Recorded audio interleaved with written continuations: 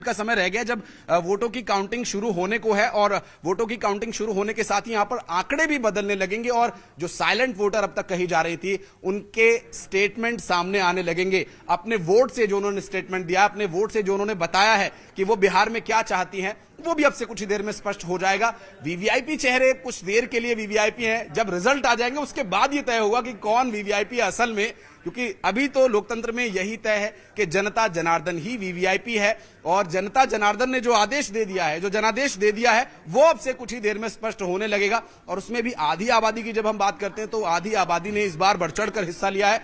अच्छी खासी तादाद में वोटिंग हुई है।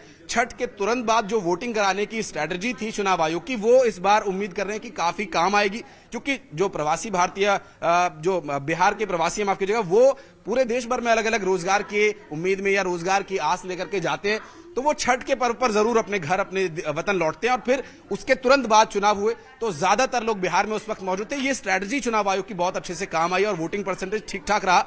बहुत ज्यादा की उम्मीद थी लेकिन उतना नहीं हुआ। ठीक है, चुनाव आयोग की कोशिश रहती है हर बार की 100% वोटिंग हो, लेकिन इस बार बिहार विधानसभा चुनाव में 100% तो नहीं हुआ, लेकिन वो जो परसेंटेज रहा वो संतुष्टिजनक कहा जा सकता है। लेकिन जो सबसे बड़ी और महत्वपूर्ण बात वो ये थी कि महिला वोटर्स ने इस बार बहुत ही महत्वपूर्ण भूमिका निभाई है। और महिला वोटर्स, चूंकि राजनीति में वो बयानबाजियां तो नहीं देखने को मिलती महिला वोटर्स की, लेकिन हाँ ये जरूर देखने को मिलेगा कि इस बार वो किसे सत्ता में बैठाती हैं, एक बार फिर से वो किसे विपक्ष में बैठाती है। तो सुन रहे हैं आप, रट सेंटर से सहयोगी आशीष इस वक्त जुड़े हैं हमारे साथ और वाकई में जो महिला वोटर्स हैं अब उनके ऊपर भी निगाहें टिकी हैं, क्योंकि इस बार अगर वोट प्रतिशत की बात करें तो महिलाओं ने बहुत ज़्यादा हिस्सा लिया है, वोट डाला है। महिलाओं ने घरों से निकल कर उन्होंने बहुत जो है भारी संख्या में वोट डाले हैं।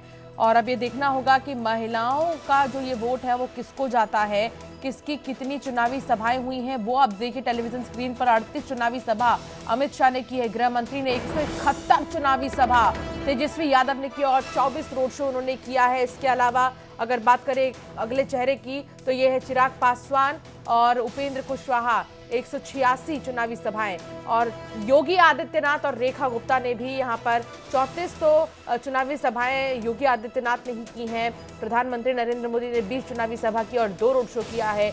इसके अलावा नीतीश कुमार की बात करें तो 84 चुनावी सभा और 11 रोड शो उन्होंने किया है। अमित शाह की बात करें तो 38 चुनावी सभा और 1 रोड शो अमित शाह का हुआ था। और यहाँ महागठबंधन की अगर बात करें तो तेजस्वी यादव जो कि नेता प्रतिपक्ष, उन्होंने 171 चुनावी सभा और 24 रोड शो किया। चिराग पासवान और उपेंद्र कुशवाहा की भी चुनावी सभाएं हुई हैं। और यहाँ देखिए बीजेपी शासित राज्यों के मुख्यमंत्री भी बिहार पहुंचे।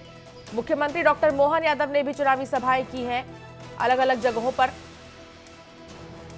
जाकर, चाहे वो मोतिहारी हो चाहे वो बेगूसराय हो। रुचिका इस वक्त मेरे साथ जुड़ गई हैं रट सेंटर से, सीधे रुचिका का रुख करेंगे। रुचिका, वहां पर क्या हलचल?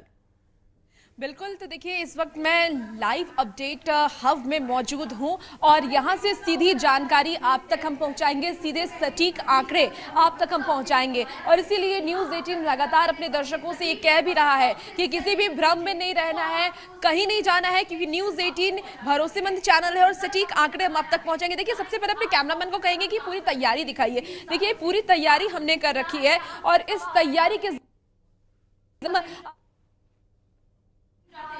बनती हुई नजर आ रही है, क्योंकि जो एग्जिट पोल था उसमें तो एनडीए को जीत मिल रही है। बहुत सारे एग्जिट पोल ने जो सर्वे किया है उसमें एनडीए को जीत